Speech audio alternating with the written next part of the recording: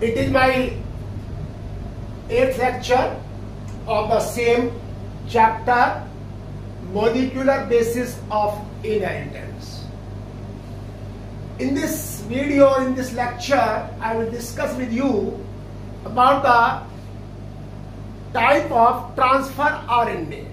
ये हमारे कितने तरह के RNA हैं उसके बारे में बात करेंगे और उन सब में किसका क्या रोल है, और फिर हम यहां पे डिस्कस करेंगे प्रोसेस ऑफ ट्रांसलेशन। तो देखिए यहां पर जो RNA है, it is produced on the template and template has the polarity 3' to 5'। उसकी जो पोलैरिटी है वो 3' से 5' पोलैरिटी होती है, एज यू ऑलरेडी नो। तो यहां पर थ्री टाइप्स के RNA हैं। सबसे पहला मैसेंजर RNA, फिर ट्रांसफर RNA और फिर तीसरा आपका राइबोसोमल RNA। ये 3 टाइप्स का RNA है। देखिए मैसेंजर RNA जो प्रोड्यूस होता है बाद में मैसेज करने के बाद transfer RNA, it changes into the ribosomal RNA because on this ribosomes are attach. यहां पे राइबोसोम अटैच हो जाते हैं on the messenger RNA and then it is called the ribosomal RNA। अब देखिए यहां पर इनमें सबसे इंपॉर्टेंट रोल है ट्रांसफर RNA का।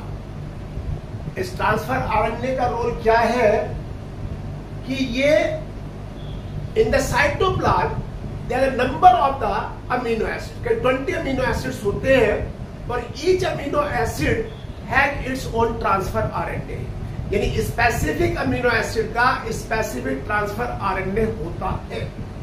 तो इस ट्रांसफर RNA को हम एडेप्टर मॉलिक्यूल भी कहते हैं, क्योंकि ये जो ट्रांसफर RNA है ये रीड द कोड, यानी कोड को पढ़ता है तो उसको दी जाती है और फिर ये एक स्पेसिफिक अमीनो एसिड से बाइंड हो जाता है। जो कोड इसको दिया जाता है बाय द मैसेंजर RNA, उस कोड को पढ़ने के बाद उस स्पेसिफिक अमीनो एसिड से ये बाइंड हो जाता है और ये काम क्रिक ने किया 1961 में। अब यहां पर ट्रांसफर RNA को हम सोल्यूबल RNA भी कहते हैं बिफोर द जेनेटिक कोड। जब तक जेनेटिक कोड इसको सोल्यूबल RNA कहते हैं, लेकिन उसके बाद इसको हमने एडेप्टर मॉलिक्यूल कहना शुरू कर दिया। लेटर जब जेनेटिक कोड आ गई इसका नाम हुआ एडेप्टर मॉलिक्यूल। अब यहां पर आप देखिए स्ट्रक्चर ऑफ ट्रांसफर RNA। ये ट्रांसफर RNA की जो स्ट्रक्चर है ये आपकी एल शेप है या क्लोवर लीफ लाइक स्ट्रक्चर है, एल शेप और क्लोवर लीफ लाइक स्ट्रक्चर। लेकिन यहां पर एक 3 डायमेंशनल स्ट्रक्चर है, इसमें यहां पर 5 साइट है। सबसे पहली है एंजाइम बाइंडिंग साइट,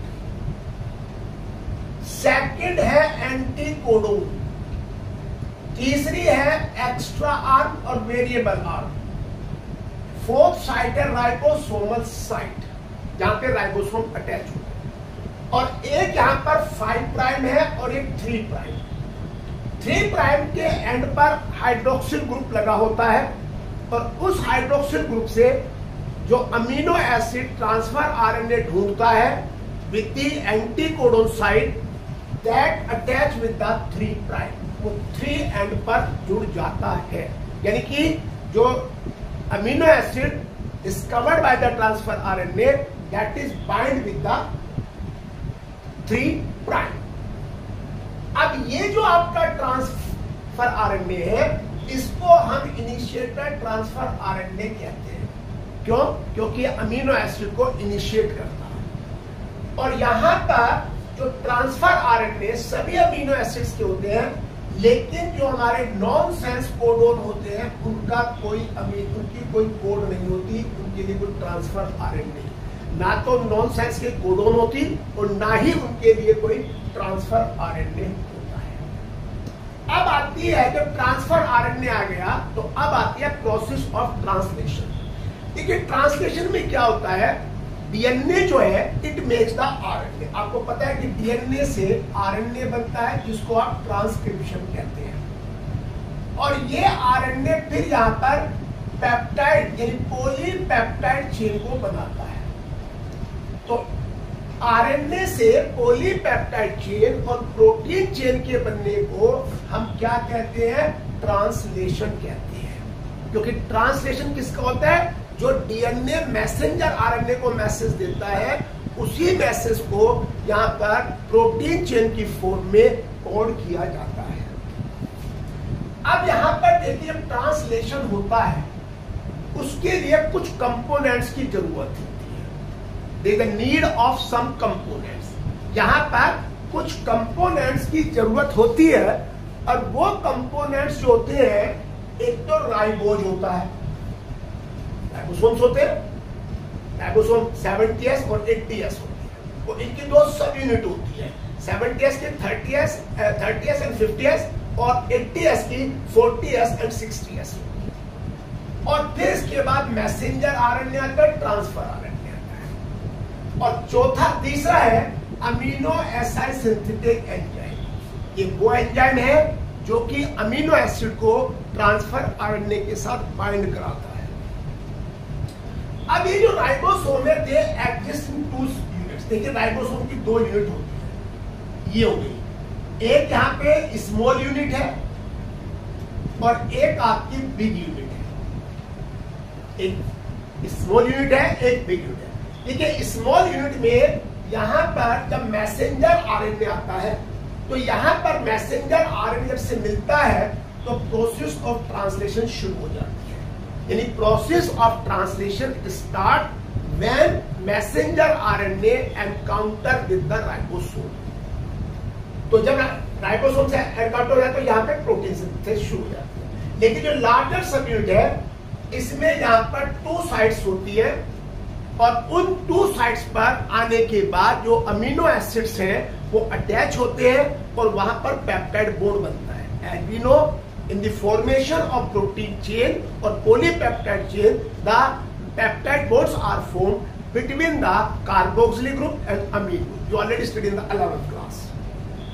अब यहाँ पर ट्रांसलेशन यूनिट होती है।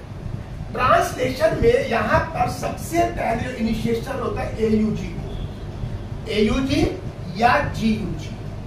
AUG code for methionine and GUG code for valine. तो ये दोनों इनिशिएटिंग कोडोन है।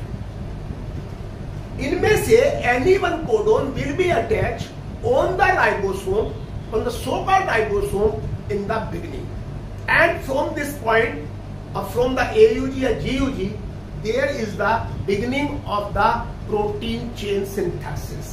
और लास्ट में स्टॉप कोडोन होते हैं UAG, UGA एंड UAA। ये क्या होते हैं? They are the terminating codon and stop codon. अब क्या होता है? अनट्रांसलेटेड रीजन की बात करते हैं। देखिए, in the previous video I told you, जब यहां पर आरएनए बन जाता है, तो ये आपका 5 प्राइम है और ये आपका 3 प्राइम है। तो 5 प्राइम पर यहां पर कैपिंग होती है और 3 प्राइम पे टेलिंग होती है। ये 5 प्राइम पे कैपिंग होती है, यहां पर कुछ रीजन रह जाते हैं जिन्हें UTR कहते हैं। ऐसे 3 प्राइम पे रह जाते हैं, टेलिंग होती है। तो जो UTR होते हैं, they do not take part in translation. ये ट्रांसलेशन में पार्ट नहीं लेते, ये 5 प्राइम और 3 प्राइम पे प्रेजेंट होती है। तो इसलिए UTR are the regions which are present at 5 prime end 3 prime. 5 prime is the capping and 3 prime is the tailing. अब आता है प्रोसेस ऑफ ट्रांसलेशन। हम ट्रांसलेशन का कैसे प्रोसेस होता है सेल के अंदर, तो यहां पर देखिए, सबसे पहले एक्टिवेशन ऑफ अमीनो एसिड्स की बात होती है। देखिए, सेल के अंदर अमीनो एसिड्स प्रेजेंट होते हैं, और वो अमीनो एसिड जब तक चलने के लिए तैयार नहीं होते, जब तक उनको एनर्जी ना मिले। तो यहां पर जो आपका अमीनो एसिड है which is present in the cell, इसके लिए ATP भी चाहिए, और साथ में अमीनो एसिड सिंथेटिक एंजाइम भी चाहिए। तो जब ये अमीनो एसिड सिंथेटिक एंजाइम है, ये यहां पर अवेलेबल हो जाता है, तो in the presence of magnesium ion, ये amino acid AMP enzyme complex बना देता है। क्या बनता है, अमीनो एसिड AMP कॉम्प्लेक्स बनता है और यहां पर ये फॉस्फेट अलग हो जाते हैं, ये फॉस्फेट आर सेपरेट। जब ये यहां पर अमीनो एसिड चार्ज हो जाता है तो इसको कहते हैं चार्जिंग ऑफ ट्रांसफर RNA या अमीनो एसाइलेशन सिंथेसेज। जब अमीनो एसिड एक्टिवेट हो जाता है and ready to bind with the transfer RNA, it is bind with the transfer RNA in the presence of ATP and enzyme. इसको कहते हैं चार्जिंग ऑफ ट्रांसफर RNA और अमीनो एसाइलेशन सिंथेसेज। अब देखिए यहां पर जब बन जाता है तो ये एक अमीनो एसिड है, ये एक अमीनो एसिड है, ये अमीनो एसिड, ऐसे लॉन्ग चेन बनती चली जाती है और इन अमीनो एसिड्स के बीच में यहां पर वो पेप्टाइड चेन बनती है between the carboxylic and amino. इसके बीच में एक पेप्टाइड बॉन्ड बनेगा और ऐसे बहुत सारे पेप्टाइड बॉन्ड बनते चले जाएंगे और जिससे लॉन्ग चेन ऑफ पॉलीपेप्टाइड या प्रोटीन चेन बन जाएगी। अब देखिए सेल के अंदर राइबोसोम होते हैं, आपने 9th क्लास में पढ़ा होगा, 11th में पढ़ा। राइबोसोम्स जो है they are the factory of protein synthesis, यानी प्रोटीन सिंथेसिस करते हैं। और ये ribosome consist of structure and about 80 different type of protein इनके पास होती है। अब राइबोसोम जो है एक कैटेलिस्ट का भी काम करता है। बैक्टीरिया में राइबोजाइम होता है और ये राइबोजाइम का काम है use for the formation of peptide bond in bacteria. यानी बैक्टीरिया की सेल्स में राइबोजाइम एंजाइम होता है।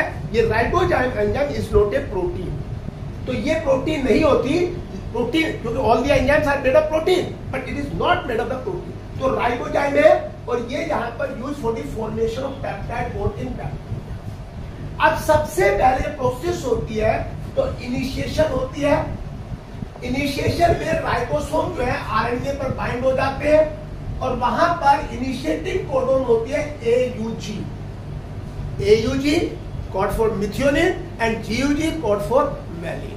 उनमें एक प्रेजेंट होगी जिसको ट्रांसफर RNA रिकॉग्नाइज करेगा और ट्रांसफर RNA कौन है, उसका एंटी कोडोन साइट उसको रिकॉग्नाइज करेगा। अब ये राइबोसोम जब यहां पे देखिए, अब ये मान लिया हमारा एक राइबोसोमल RNA है। इस राइबोसोमल RNA पर ये इनिशिएटिंग साइट है, यहां पर AUG लगा हुआ है। तो ट्रांसफर RNA UAC को लेके आया और यहां पर अटैच हो जाएगा in the big region, larger region. और वहां पर इनके अंदर यहां पर ये अमीनो एसिड के बीच में पेप्टाइड बॉन्ड बनते चले जाएंगे। जब ये पेप्टाइड बॉन्ड चल जाएंगे अमीनो एसिड्स आते रहेंगे, ऐड होते रहेंगे और ये राइबोसोम यहां से फॉरवर्ड डायरेक्शन की तरफ बढ़ना शुरू हो जाएगा।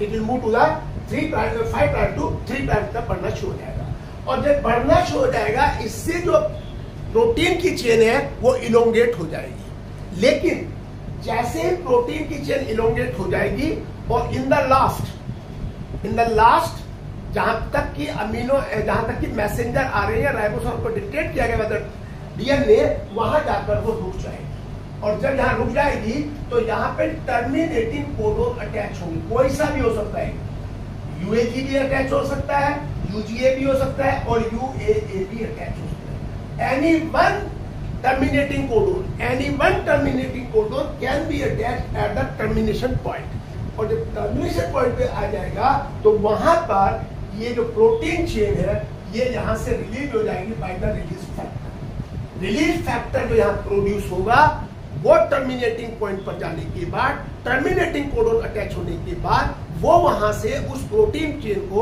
उस पॉलीपेप्टाइड चेन को वहां से अलग कर देगा और अलग करने के बाद हमारे पास एक प्रोटीन चेन का सिंथेसिस हो जाएगा। तो ये हमारा this is about the process of translation.